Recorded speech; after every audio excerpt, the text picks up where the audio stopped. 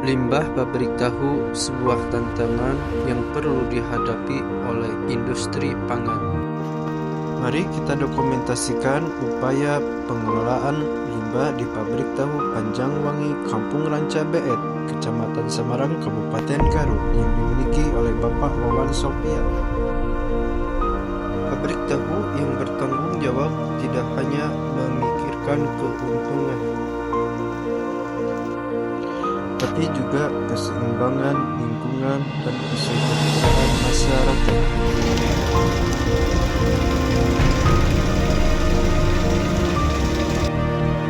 Karena limbah pabrik tahu bukanlah sampah, tapi sumber daya yang perlu dimanfaatkan dengan bijak.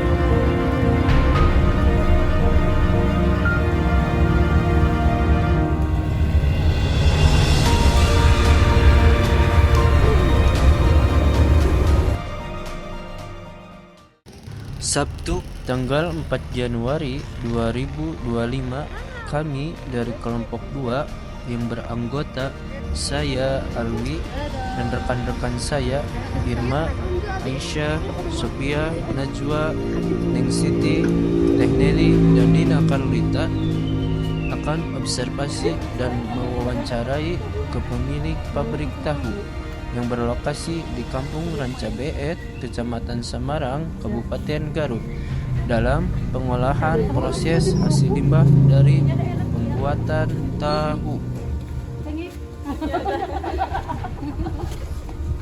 Sesudahnya sampai di lokasi, kami semua berdiskusi sejenak untuk perwakilan siapa yang akan mewawancarai pemilik pabrik tahu yang bernama Mang Wawan Sopian, dan pembagian lain untuk tugas masing-masing.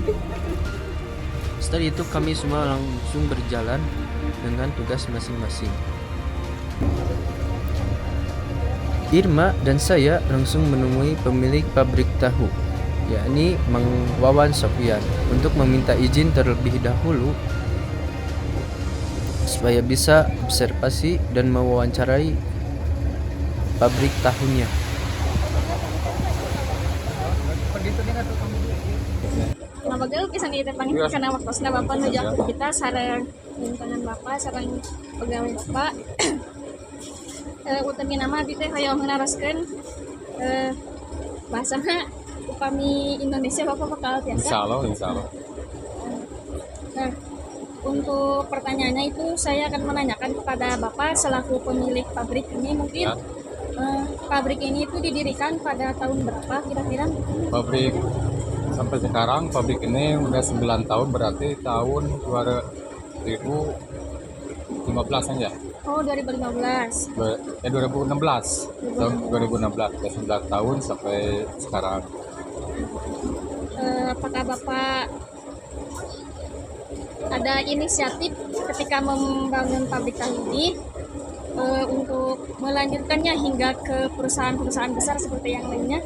Inginnya ya seperti itu. Memang dari awal nih ya. Memang dari awal sampai 2 tahun itu hampir bangkrut. Karena belum ada pengalaman gitu ya. Belum ada pengalaman.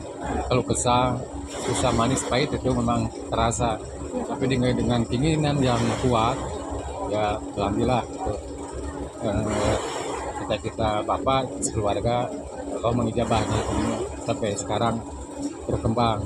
Memang dari awal itu cuman bikin 20 kilo nah itu 20 kilo ya, sampai 1 tahun 20 kilo 30 kilo sampai 2 tahun ya habis 1 karung, berarti 50 kilo ya. Dari 2 tahun ke sini kita konfirmasi dengan pasar-pasar, kita perkembangkan, alhamdulillah banyak yang nerima di pasar-pasar itu. Kita masukin sampai 4 pasar itu nih. Pasar mana saja? Pertama pasar Semarang, terus 2 pasar Cibodas, 3 pasar Andir, 4 pasar Pasirwangi. Oh, Jadi masukin 4 pasar itu. ya kebetulan saya itu dari Pasirwangi. Pasirwangi ya. Tapi kalau saya beli tahu ataupun ya apapun tahu yang kuning ataupun tahu yang udah matang itu berarti hasil produksi dari sini Alhamdulillah sebagian. ya. Ya.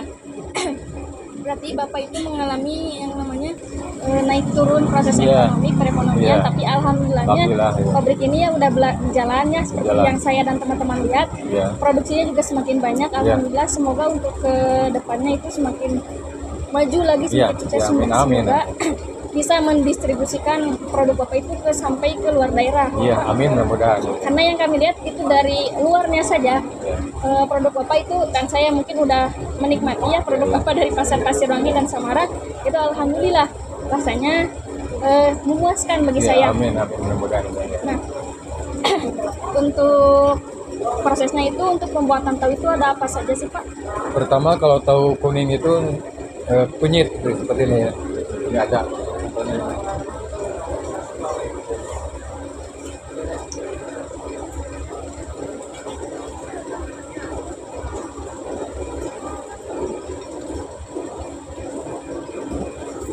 Seperti ini ya. Ini contoh kunyit ini ya. Ini kan kuning. Ya, Pak. Ya, ini pakai kunyit. Nah kita bikin yang alami aja. Gitu, Ya, alhamdulillah. Kita pakai apa yang lain-lain aja. Bahkan 3 tahun ke belakang itu kan ada dari apa BPOM itu kan Ya, dari dinas kesehatan, setiap pabrik itu memang dikontrol itu karena dulu ada yang pakai apa nah, borak apa borak oh iya ya. borak kalau tidak salah itu. Setiap pabrik itu dikontrol. Itu lebih bagus itu menurut saya. Itu kan yang nakal-nakal sebenarnya. Ya. Yang nakal. Tapi alhamdulillah saya nggak ada masalah.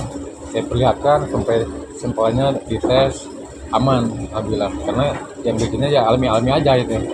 Nggak aja pakai yang lain-lain. Pakai kunyit, juga pakai garam gitu ya. Nah, alhamdulillah ya Bapak itu mungkin mengerti ya terkait Ya. pemanfaatan atau pemanfaatan bahan alami sehingga menyebabkan lingkungan itu stabil dan tidak menyebabkan mungkin banyak limbah pewarna Iya, ya, iya, iya, karena iya. pewarnanya alami dari kunyit ya Pak. Iya. Nah, kebetulan yang saya dan teman-teman teliti itu, apakah di pabrik ini itu ada bahan-bahan kimia yang dapat menyebabkan kerusakan lingkungan? Iya, Dan dia itu. alhamdulillahnya tidak ya Pak. Iya, alhamdulillah aman itu, alhamdulillah. Eh, Tidak Sudah ada itu mungkin masalah. kalau pembuatan tahu bagaimana selanjutnya? Nah, kalau bikin pembuatan tahu ya bisa dari sebuah susah-susah gampang ya. Iya, Susah gampang itu. Karena kan kalau bukan ahlinya itu memang banyak yang gagal itu. ya Pak. Itu kan memang udah resiko tapi kita berusaha memperbaiki gimana caranya supaya barang itu berkualitas. Ya alhamdulillah seiring waktu kita seolah apa seperti sekolah juga itu ya. Iya Pak. Betul. Sering waktu ya alhamdulillah hasilnya ya seperti inilah. Emang dulu 1 tahun banyak yang gagal gitu nih. Gagal. Sebelumnya mohon maaf ya, Iya. Nih. saya tadi tidak menanyakan nama Bapak. Oh iya Boleh iya. tahu nama Bapak? Nama saya Bapak Wawan Sofian ini. Wawan Sofian. Iya Wawan Sofian. Oh, Wawan Sofian. Apa itu? Nah. Terus Iya, gimana? apa lanjut. Lanjut dulu ya. Nah, jadi Bapak Wawan Sofian ini mendirikan pabrik tahu kuning dan tahu, kalau itu disebutnya tahu apa? Tahu goreng itu nih. Oh, buat tahu goreng. buat gehu itu. Buat gehu biasanya di kampung-kampung itu pada tahun 2016 dan sudah 9 tahun berjalan, dan alhamdulillahnya tidak ada bahan-bahan kimia Iya alhamdulillah. yang digunakan dalam pembuatan tahu ini. Alhamdulillah. Untuk sisa atau bahan-bahan Don, sudah Don. Asup, mereka ngadun. ya siapa? Bahan-bahan limbahnya itu biasanya dibuang kemana Pak? Sisa Awal itu saya bikin seperti ada ini, ada apa? Speed tank, ada bikin 5 itu. Oh, jadi ada tempat khusus. Ada tempat khusus. Jadi Bapak gak buang sembarangan. Tidak buang sembarangan. Alhamdulillah. Itu di tempat-tempatkan limbahnya ke sana. Iya, juga hasilnya juga saya udah itu dikembalikan lagi kan saya sambil tani itu nanti. Oh iya, bisa diberikan. Jadi limbahnya itu kalau udah sampai 1 minggu bisa untuk meringankan itu kan.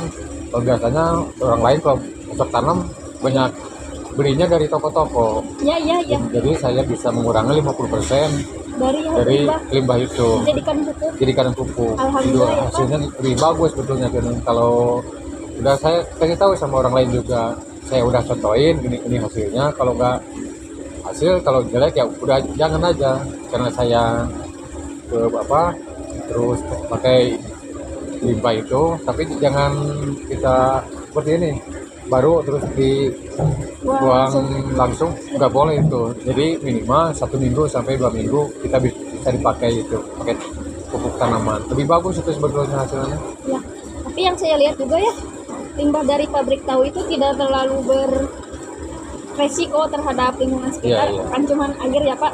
Iya. Apalagi di pabrik Bapak itu menggunakan ya pewarna alami. Iya. Nah, beruntungnya saya dan teman-teman bisa mewawancari Bapak. Alhamdulillah kami mendapatkan hasil wawancara yang sangat baik dari kepedulian Bapak terhadap lingkungan, dari mulai membuat tempat-tempat untuk limbah pabrik, kemudian menggunakannya kembali untuk bertani. Iya. Nah, itu perlu diterapkan mungkin oleh pemilik-pemilik pabrik yang lain, Iya. karena Bapak itu mungkin sangat menginspirasi bagi saya ya. Dari menurut dosen-dosen saya juga katanya kalau punya limbah itu harus digunakan untuk bertani. Ya itu seperti itu. Jadi kita manfaatin lagi gitu sebetulnya Ya, gitu. Juga dua itu kan saya kan di banyak tetangga-tetangga yang yang nggak kerja, Iya Pak. yang nggak kerja itu. Ya saya di sini dikasih belajar itu. Ya alhamdulillah udah ada banyak yang bisa itu ya. Daripada nggak ada kerjaan kesana kemari, kan cari kerjaan sekarang susah. Kalau kita punya keinginan, ya saya kerja di sini gitu. Terus karyawan saya semuanya 15 orang gitu. 15 orang. 15 orang. Nah, mungkin Bapak sangat membantu pemerintahan Iya, mungkin ya, itu untuk karena meringankan membuka lah. lapangan pekerjaan bagi masyarakat Iya, sekitar yang ada di sedikitnya itu meringankan beban pemerintah. Kasihan Iya. juga pemerintah kan, beban sekarang banyak pengangguran, Ya, nggak mungkin ditanggung sama pemerintah semuanya. Semuanya. Kalau kita ada lapangan pekerjaan, ya apalagi kita memfaedahin aja masyarakat yang nganggur itu, Iya, Pak. seperti itu. Nah, untuk kan bahan ampas tahunya itu biasanya digunakan untuk apa, Pak? Nah, ampas tahu setiap 2 hari sekali, barusan udah dibangkat ini yang satu, nanti besok ada yang ngambil lagi. Ini untuk sapi sama domba itu nah. Oh iya iya. Untuk sapi sama domba itu sistemnya di kontrak gitu. Oh iya. Jadi ampasnya juga ada manfaatnya juga ada keuntungan buat pabrik. Karena kan harga kacang Iya, Pak. kadang-kadang nggak stabil nih gitu. Contoh seperti tahun-tahun belakang pas COVID itu kan harga kacang sampai 15.000. Iya, Pak. Terus harga minyak sampai 28, hampir 4 bulan saya nombok hampir 70 juta itu nih. Wah, Iya, hampir 70 juta. Kan nggak ini, harga ke pasar kan kalau ditanya kan nggak mau. Sedangkan kita bikin ya harus sesuai yang seperti harga kacang biasa itu. Kalau kita nggak benar korban ya otomatis pelanggan-pelanggan di pasar itu kan sama orang lain pindah. Jadi kita harus mengambil resiko lah itu seperti itu. setelah saya beberapa menit mungkin mendengarkan Bapak, Ya. Bapak itu terlihat seperti orang yang sangat peka terhadap lingkungan dan juga sangat mengerti perekonomian. Iya. Nah, itu boleh tahu pendidikan terakhir Bapak itu Gimana sih? SD. Nah, teman-teman bisa lihat bahwa pendidikan tinggi itu tidak menjamin kita sukses dan tidak menjamin kita menjadi seorang yang mungkin mengerti akan sekitar-sekitar kita, apalagi potensi perekonomian. Iya. Nah, mungkin banyak ya Pak sekarang itu fenomena sarjana nganggur Pak. Iya. Itu mungkin mereka kurang peka atau respect terhadap lingkungan mereka, tidak bisa memanfaatkan seperti yang Bapak ketahui. Bapak itu sudah memanfaatkan lapangan usaha, membuka lapangan pekerjaan yang ada di kampung Bapak. Iya, iya, seperti itu. Itu juga bermanfaat bagi seluruh mungkin masyarakat sekitar, terutamanya umumnya juga dapat menginspirasi kita semua, terutama saya sebagai mahasiswa. Palingnya Pak, saya di sini menanyakan, ternyata saya mendapat banyak ilmu dari Bapak. Terima kasih untuk wawancaranya. Sama-sama saya. Mungkin ada lagi yang mau ditanyakan, silakan aja, bebas ya sama saya nih. Untuk pengalaman ke depan nih. Iya Pak, kan banyak. Seperti yang Bapak ketahui bahwa kampus STT ya itu kan baru ya Pak. Iya. Biasanya kan minder orang-orang yang kuliah di kampus baru, katanya kerjaannya tidak menjamin atau apa-apa, tapi dapat dibuktikan juga oleh Bapak yang Iya, kalau iya. kemauannya kuat, kemudian dapat menginspirasi orang lain, itu dapat dibuktikan bahwa ini loh hasilnya. Iya. Apakah ada kata-kata yang mungkin Bapak wejangan untuk kami para mahasiswa yang masih awam dalam pengalaman apalagi usaha? Pertama, buat adik-adik semuanya, karena tidak menjamin ya, walaupun sekolah tinggi itu bisa sukses. Contoh seperti Bapak ya, SD dengan kuat, kita berdoa, intinya sama orang tua dulu. Ya. Walaupun kita kemana-kemana kan Pak, itu orang tua kita nggak bakal sukses. Kita berdoa sambil minta doa dari orang tua. Juga keinginan kita yang kuat, jangan merasa jika usaha itu 1 kali 2 kali gagal. Jangan merasa itu, aduh ini sekarang usaha ini saya gagal, berusaha lagi sekarang gagal. Kita harus terus, suatu saat nanti kita akan ketemu kesuksesan. Jadi ambil hikmahnya dari kegagalan itu, sesuatu akan kita menuju sukses. Jadi jangan merasa lemah, jangan merasa kita itu gagal. Kegagalan itu menuju kesuksesan. Seperti itu. Terima kasih atas wawancaranya. Juga seperti tadi yang mudah-mudahan Bapak doakan adik-adik semuanya yang lagi kuliah di Kurotayun, dari kecil sampai yang dewasa, semuanya menjadi orang-orang yang sukses. Amin, Pak. Jadi anak-anak pengusaha. Amin. Iya. Bapak mulai jadi contoh, walaupun kecil-kecilan gitu ya. Iya, Pak. Tapi mudah-mudahan yang ini menjadi pengusaha-pengusaha yang besar semuanya. Amin. Terima kasih. Yes, siap, teman-teman. Kesimpulan dari hasil observasi dan wawancara kepada pemilik pabrik tahu Panjangwangi, yakni Bapak Wawan Sopian, bahwasannya limbah dari hasil pembuatan tahu bisa dimanfaatkan oleh masyarakat sekitar, seperti dalam sektor pertanian dipakai pupuk, dan di dalam peternakan sapi dipakai untuk tambahan pakan sapi. Untuk itu, kami dari kelompok 2 mahasiswa STIT Kurotayun Prodi PGMI angkatan 2023 semester 3 dalam tugas UAS Matkul LH sangat berterima kasih banyak atas wawancaranya dalam pengolahan limbah pabrik tahu yang sangat baik dan bisa dimanfaatkan di lingkungan sekitar. Dan kami berterima kasih atas wejangan yang telah diberikan beliau untuk khususnya kami mahasiswa STIT Kurotayun, bahwasannya pendidikan tinggi tidak menjamin dalam kesuksesan seseorang, tetapi kesuksesan bisa tercapai karena keinginan yang kuat, selalu berdoa, berikhtiar, dan intinya selalu meminta doa dan restu orang tua kita setiap dalam usaha yang kita jalani. Jangan merasa lemah di saat usaha kita 1 atau 2 kali gagal, tetapi terus meneruslah berusaha yang terbaik. Insya Allah akan meraih kesuksesan yang kita inginkan.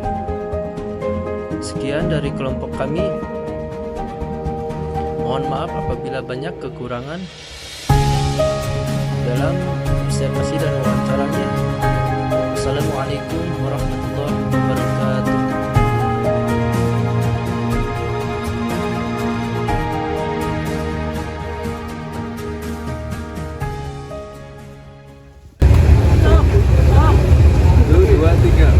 Perusahaan tahu Panjangwangi Mantap!